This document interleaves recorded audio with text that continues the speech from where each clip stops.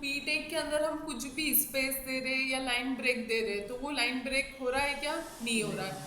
हमने अगर स्पेस दिया तो स्पेस भी नहीं काउंट हो रहा है और लाइन ब्रेक दिया तो लाइन ब्रेक भी नहीं काउंट हो रहा है। अब आप देख रहे होगे मैंने पी टेक कहाँ स्टार्ट करा और कहाँ इसको एंड करा और इसके बीच कितनी सारी स्पेस है, तो भी ब्राउजर इस स्पेस को क्या नहीं कर रहा है? काउंट नहीं कर रहा है। तो पी टेक में कभी भी वो स्पेस को काउंट नहीं करता है। ठीक है, अब मैं यहाँ पे एक एच आर यूज कर रही। एच आर क्यों यूज करते हैं? हॉरिजॉन्टल लाइन के लिए। आप यहाँ आके देखोगे तो आपको एक लाइन मिलेगी हॉरिजॉन्टल लाइन। मैंने ये लाइन इसलिए ड्रॉ करी क्योंकि इसके नीचे मैं आपको प्री टेक बताने वाली। कौन सा टेक? प्री। मैंने यहाँ प्री टेक ओपन करा और प्री टेक क्या करा? क्लोज करा। ठीक है, अब इसके अंदर मैंने लिखा hello it's an pre tag example. Okay, क्या लिखा मैंने? Hello it's an pre tag example. देखो क्या आया? Hello it's an pre tag example. और साथ में क्या आई? स्पेस आई, क्योंकि हमने यहाँ पे इतनी क्या दी है? स्पेस दी है। ठीक है, अब मैं इसमें लाइन ब्रेक कर देती हूँ। मैंने यहाँ प्री के नीचे लाइन ब्रेक कर दिया और यहाँ पे आप ब्राउजर पे आपके देखोगे तो आपको प्री के नीचे लाइन ब्रेक दिखेगा। वो अभी दिख नहीं रहा है क्योंकि मैंने फाइल सेव नहीं करी। देखो प्री के नीचे आ गया क्योंकि हमने क्या दिया है ब्राउजर पे, ब्राउजर के कोड में लाइन को ब्रेक दिया है। ठीक है, तो प्री टेक के अंदर हम जैसा लिखते हैं वैसा के वैसा हमको ब्राउजर पे दिखता है। मैंने इस एन के बाद इतनी स्पेस दे दी तो वहां पे भी स्पेस हो जाएगी। ठीक है, तो जो पी टेक और प्री टेक में आपको समझ में आया क्या डिफरेंस है? मैम बी आर टेक ब्रेक करता है और प्री टेक ब्रेक के साथ में जो स्पेस देते हैं उसको भी काउंट करता है। पी टेक होता है उसके अंदर हम स्पेस दे रहे, लाइन को ब्रेक दे रहे, मतलब एक के नीचे एक लिख रहे तो भी वो एक ही लाइन के अंदर आएगा।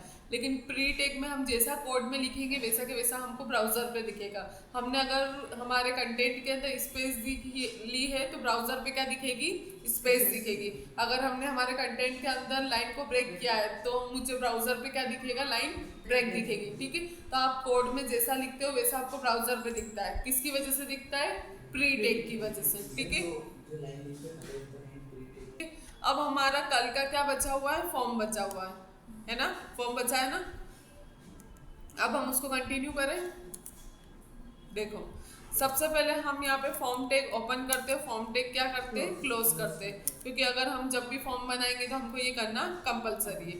अगर मुझे इनपुट टाइप टेक्स्ट लेना है तो मुझे टाइप क्या लेना पड़ेगा? इसका टेक्स्ट। इसके अंदर नेम आप ब्राउजर को बताओगे कि मुझे क्या लेना है, मुझे फर्स्ट नेम लेना है तो मैंने क्या लिख दिया? First name. ठीक है, ऊपर मैं एक लेबल लगा लेती हूँ, तो इस लेबल के अंदर मैं जो भी दूंगी मुझे यहाँ पे इस आईडी के अंदर भी वो सेम नेम देना पड़ेगा। ठीक है, मैं यहाँ पे अलग नेम दे देती हूँ एफ नेम से ताकि आप कंफ्यूज ना हो। मैंने यहाँ पर 4 के अंदर एक आईडी के अंदर दोनों के अंदर क्या दे दिया? सेम नाम दे दिया।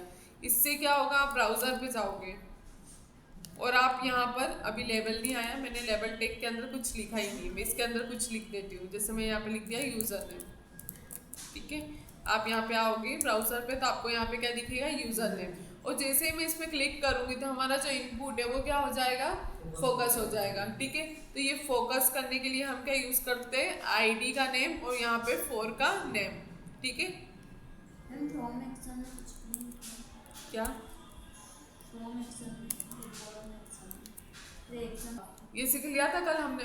अब हमको आज नया क्या पढ़ना है? आज हम पढ़ेंगे ड्रॉप डाउन। आपको पता है ड्रॉप डाउन क्या होते हैं? आपने कोई फॉर्म होगा ऐसा, मैं पहले आपको एक फॉर्म दिखाती हूँ।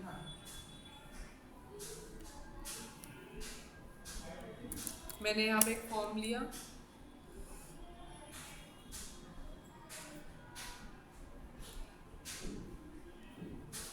देखो ये आपका फॉर्म है।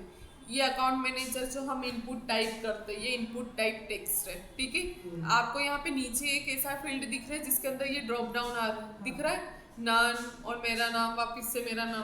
तो ये इससे फॉर्म के अंदर हम ऐसे ड्रॉप डाउन कैसे बना सकते हैं? तो अभी हम क्या देखेंगे? ड्रॉप डाउन बनाना। ठीक है, तो पहले मैं एक लेबल ले लेती हूँ और लेबल के अंदर मैं यहाँ पे कुछ नाम लिख देती हूँ कि सिलेक्ट कंट्री। क्या सिलेक्ट करो? कंट्री सिलेक्ट करो। ठीक है, अब ये लेबल आपको कहाँ पे दिख जाएगा? यूआई पे। आप यहाँ पे आके देखोगे तो आपके पास यहाँ पे क्या आ गया? लेबल में सिलेक्ट कंट्री। अब हमको क्या बनाना है? Drop down. ड्रॉप डाउन बनाने के लिए एक टैग होता है सिलेक्ट टैग। कौन सा टैग होता है? Select tag. मैंने सिलेक्ट टैग ओपन करा और सिलेक्ट टैग क्या करा? क्लोज। ठीक है, आप इसके अंदर आईडी और नेम ज़रूरी नहीं है, आप आपके अकॉर्डिंग यूज़ कर सकते हो। जैसे आईडी हम सीएसएस पढ़ेंगे तब आप इसकी आईडी ले सकते हो, इस आईडी को टारगेट करके इसमें सीएसएस को अप्लाई कर सकते हो। और उसके अलावा हम जावास्क्रिप्ट पढ़ेंगे तो हमकी इसकी यूनिक आईडी चाहिएगी इसकी वैल्यू लेने के लिए, तब हम आईडी का नाम लिख सकते हैं। बाकी अभी के लिए हम क्या छोड़ रहे, ब्लैंक छोड़ रहे, और ब्लैंक भी नहीं छोड़ना है तो अभी के लिए इसको रिमूव भी कर सकते हो आप, ठीक है। तो हमको ड्रॉप डाउन बनाने के लिए क्या ओपन करना पड़ेगा, सिलेक्ट टैग ओपन करेंगे और सिलेक्ट टैग क्या करेंगे, क्लोज करेंगे, ठीक है। अब इसके अंदर हमको ड्रॉप डाउन बनाना है तो उसके लिए हमारे पास होता है ऑप्शन टैग। कौन सा टैग होता है, ऑप्शन टैग, ठीक है। अब इस ऑप्शन टैग के अंदर हम यहाँ पे ऑप्शन के अंदर देंगे, जैसे मैंने यहाँ दे दिया इंडिया, सबसे पहले क्या दिया मैंने, इंडिया, ठीक है। फिर सेकेंड नंबर पे मैंने दे दिया यहाँ पर अमेरिका, और थर्ड नंबर पे मैंने यहाँ पे दे दिया चाइना, ठीक है। मैंने 3 ड्रॉप डाउन दे दिए। आप यहाँ पे आओगे तो आपको देखो इंडिया, अमेरिका और चाइना तीनों ड्रॉप डाउन मिल गए। तो ये कैसे मिले आपको, क्या यूज करना पड़ेगा, select tag. Select tag open किया, सिलेक्ट टैग क्लोज किया, और इसके अंदर आपको जितने ऑप्शन देने उतने ऑप्शन टैग ओपन करने पड़ेंगे और उतनी ऑप्शन टैग क्या करने पड़ेगी, क्लोज करने पड़ेंगे, ठीक है।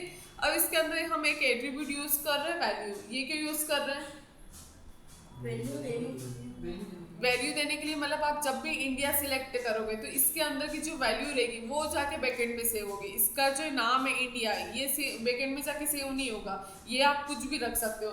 लेकिन अगर आप हम सिलेक्ट करके उस फॉर्म सबमिट कर रहे हैं तब वहाँ पे भी जो वैल्यू जाएगी तो वो क्या जाएगी, यहाँ पे हम जो देंगे वो वैल्यू जाएगी। क्या नहीं, वो नहीं जाएगा, हम यहाँ पे वैल्यू देंगे। जैसे मैंने यहाँ पे दे दिया इंडिया के लिए इंडिया ही दे दिया, मतलब स्मॉल केस में क्या चल जाए, यहाँ से वैल्यू इंडिया। तब भी जब भी बैकएंड में सेव होगा तो ये वाला इंडिया सेव नहीं होगा। ये कौन सा इंडिया सेव होगा, वैल्यू के अंदर वाला।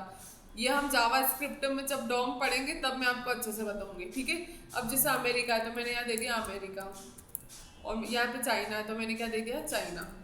तो जब भी हम यहाँ से सिलेक्ट करते थे, ये यूआई पे नहीं दिखेगी आपको वैल्यू, जैसे यूआई पे तो वो नाम ही दिखेगा आपको जो भी ऑप्शन टैग के अंदर दोगे। जैसे मैंने अमेरिका सिलेक्ट कर लिया, सिलेक्ट करने के बाद जैसे ही मैंने फॉर्म सबमिट करा तो उसकी क्या जाएगी यहाँ से वैल्यू, क्योंकि फॉर्म के अंदर जा रहा है तो सबमिट क्या हो रहा है, ठीक है। तो उसके अंदर की क्या चाहिए, वैल्यू। वो वैल्यू जाके वहाँ पे बैकएंड में जाके क्या होगी, सेव होगी।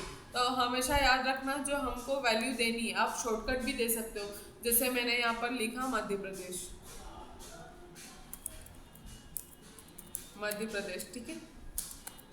अब मैं चाहती हूँ कि बैकएंड में एमपी जाके सिलेक्ट हो, तो मैंने यूआई पे कुछ भी लिख दिया, लेकिन मैं यहाँ पे क्या लिख दूंगी, एमपी।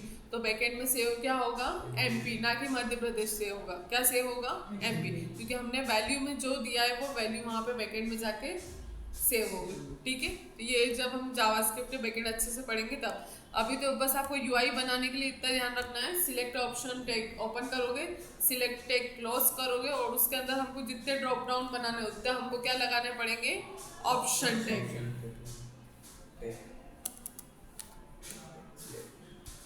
अब हमारी जो नेक्स्ट चीज होने वाली है, मैं HR लगा देती हूँ ताकि लाइन ड्रॉ हो जाए, ठीक है। नेक्स्ट होने वाला चेक बॉक्स। आपने कभी कोई अभी VS कोड इंस्टॉल किया था तो इंस्टॉल करने पे आपके पास चेक बॉक्स आ रहा था, उस पर क्लिक करके आप नेक्स्ट पे जा रहे थे, तो वो चेक बॉक्स आप कैसे बना सकते हो, ठीक है। तो वो हम किस में सीखेंगे, फॉर्म में, अभी चेक बॉक्स में, ठीक है। तो चेक बॉक्स सिलेक्ट करने के लिए आप पहले हम एक लेबल बना लेते हैं, ठीक है। लेबल के अंदर हम लिख देते हैं I agree this statement, ठीक है। ये मैंने क्या बना दिया, इसका लेबल बना दिया। अब आपको पता है कि पहले चेक बॉक्स आता है और चेक बॉक्स के बाद क्या आता है, उसकी लाइन आती है जो भी हम रीड करते हैं, और उसके पहले हम टिक करते हैं। तब क्या टिक करते हैं, चेक बॉक्स को। तो हम लेबल को क्या रख लेते हैं अब नीचे। अब हम जो बनाएंगे चेक बॉक्स वो क्या बनाएंगे, इसके ऊपर, ताकि पहले चेक बॉक्स दिखे, उसके बाद क्या दिखे, ये जो भी कंटेंट है हमारा लेबल ये दिखे, ठीक है। अब सबसे पहले चेक बॉक्स बनाने के लिए मुझे इनपुट टैग यूज करना पड़ेगा। उसमें टाइप में क्या आएगा, चेक बॉक्स, ठीक है। नेम के अंदर आप दे सकते हो, जैसे स्किल्स दे दिया मैंने, ठीक है, क्योंकि हम यहाँ पे यूज करने वाले स्किल्स। आईडी आपको देनी है तो आप ये जो फॉर के अंदर यूज़ करेंगे वही यूज़ कर लेते हैं हम। तो मैंने जैसे आईडी हम ले ली HTML और इसमें हमने आईडी क्या दे दी HTML, ठीक है। अब इसके बाद हम इसकी वैल्यू देंगे, मतलब जब भी बैकेंड में डेटा हम चेकबॉक्स पे क्लिक करेंगे तो कुछ तो डेटा जाकर बैकेंड में सेव होना चाहिए। तो ये लाइन सेव नहीं होगी, आई एग्रीमेंट दिस स्टेटमेंट, क्या सेव होगा यहाँ इसकी वैल्यू, मतलब क्या सेव होगा बैकेंड में HTML दी ना हमने इसकी वैल्यू, तो क्या सेव होगा इसका HTML, ठीक है। अब आप यहाँ पे UI पे आओगे और यहाँ पे आने के बाद आप इस पर क्लिक करोगे और जब फॉर्म को सबमिट करोगे तो इस पूरे चेकबॉक्स की वैल्यू क्या जाएगी HTML, ठीक है। अब आप जो चेकबॉक्स है वो मल्टीपल बना सकते हो, जैसे कि मैंने यहाँ पे HTML के लिए बनाया, ठीक है। मैं नीचे और बना लेती हूँ।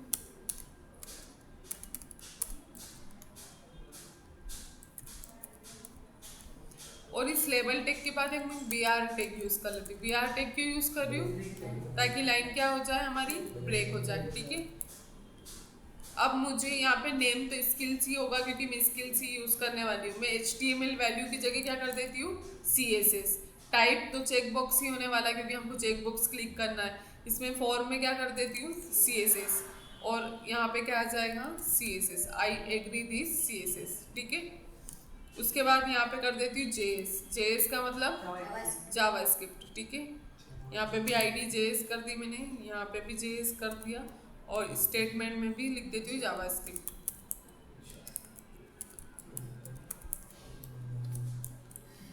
अब आप यहाँ ब्राउजर पे जाओगे तो आप तीनों चेकबॉक्स क्लिक कर सकते हो, ठीक है।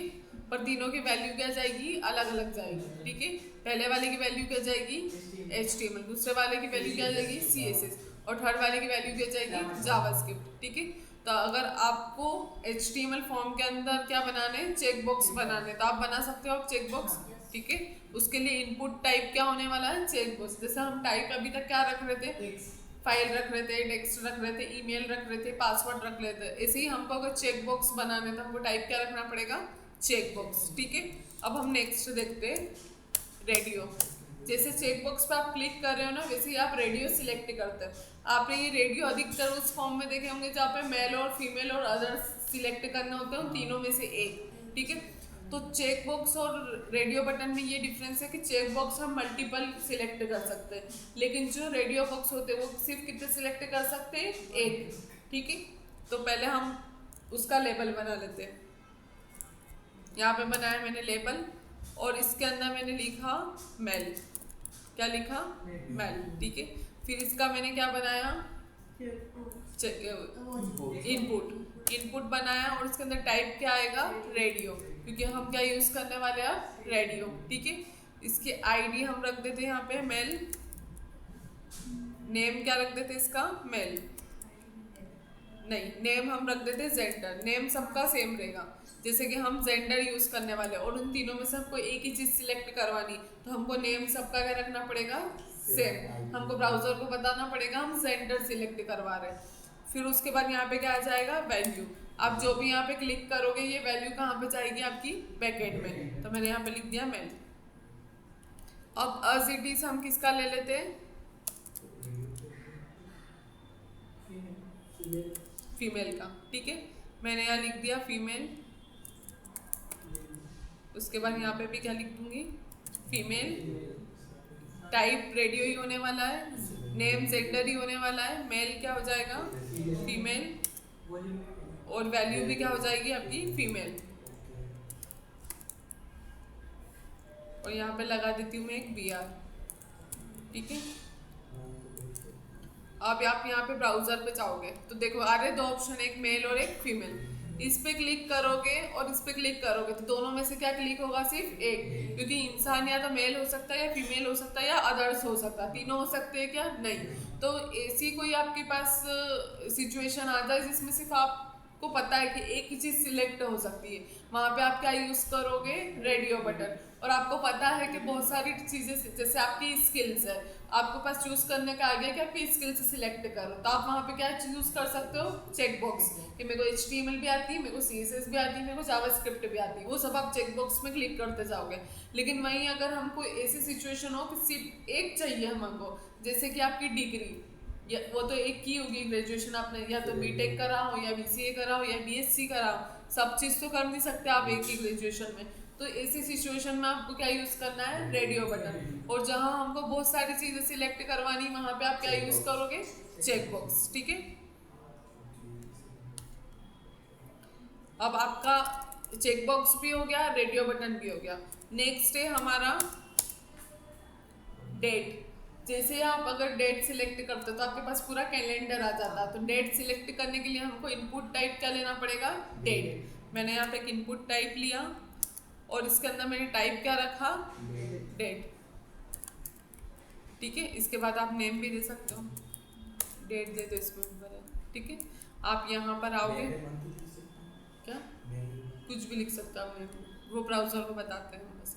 यहाँ से देखो कैलेंडर आ गया, यहाँ से आप क्या चूज कर सकते हो, डेट। मैंने जैसे 3/7/2017, तो ये आपके पास जो कैलेंडर आ रहा है ये किसकी वजह से आ रहा है, टाइप डेट की वजह से। ठीक है, तो अगर आपको डेट सिलेक्ट करवानी है तो आपको इनपुट टाइप क्या लेना पड़ेगा, डेट। ठीक है, नेक्स्ट लास्ट टैग होने वाला है हमारा, उसका नाम है टेक्स्ट एरिया। क्या नाम है, टेक्स्ट एरिया। टेक्स्ट एरिया हम यूजुअली क्यों यूज करते हैं, आपने कोई सा फॉर्म देखा है जिसमें आप डिस्क्रिप्शन लिख सकते हो, जैसे नेम लिखा है, यूजर नेम लिखा है, उसके बाद आपको कुछ डिस्क्रिप्शन लिखना है,